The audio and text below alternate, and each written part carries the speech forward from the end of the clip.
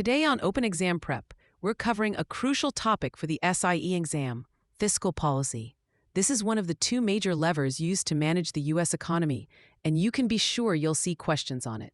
So what exactly is fiscal policy? Simply put, it refers to the government's decisions on taxation and spending. The key players here are Congress and the President. They are the ones who decide how much to tax citizens and businesses, and how to spend that money on things like infrastructure, defense, and social programs. Now, it is critical not to confuse this with its counterpart, monetary policy. Monetary policy is the domain of the Federal Reserve, or the Fed, which manages the economy by controlling interest rates and the money supply.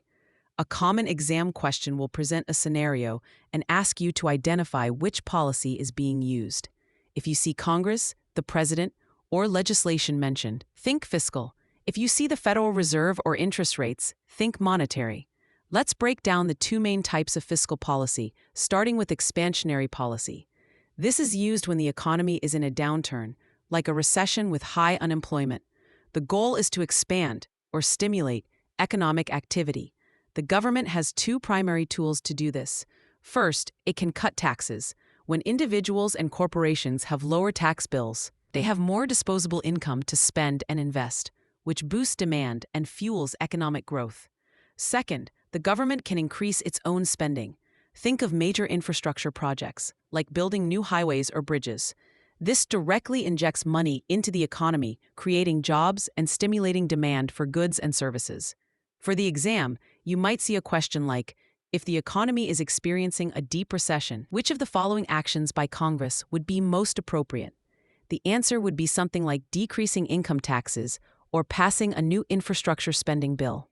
On the flip side, we have contractionary fiscal policy. This is deployed when the economy is overheating, characterized by rapidly rising inflation. Too much money is chasing too few goods, pushing prices up. The goal here is to contract or slow down the economy to a more sustainable level. The tools are the exact opposite of expansionary policy. The government can increase taxes, which takes money out of the hands of consumers and businesses, reducing their ability to spend and thus cooling down demand. It can also decrease government spending. By cutting back on its own projects and purchases, the government reduces the overall demand in the economy. A typical test question might describe a period of high inflation and ask what fiscal policy measure would be suitable. The correct choice would involve raising taxes or cutting government spending. A common trap for test takers is mixing up these tools and their goals. Here's a simple phrase to help you keep it all straight. Think of fiscal policy as the government trying to either step on the economic gas or the brake. During a recession, the economy is sluggish. So Congress steps on the gas by giving us more money through tax cuts or by spending more itself. Conversely, when inflation is high, the economy is moving too fast, so Congress hits the brake by raising taxes or cutting its own spending to slow things down. Remember, if the action involves Congress making laws about taxing or spending, it is always fiscal policy. Understanding this distinction and knowing when to hit the gas versus the brake is the key to mastering these concepts for your exam.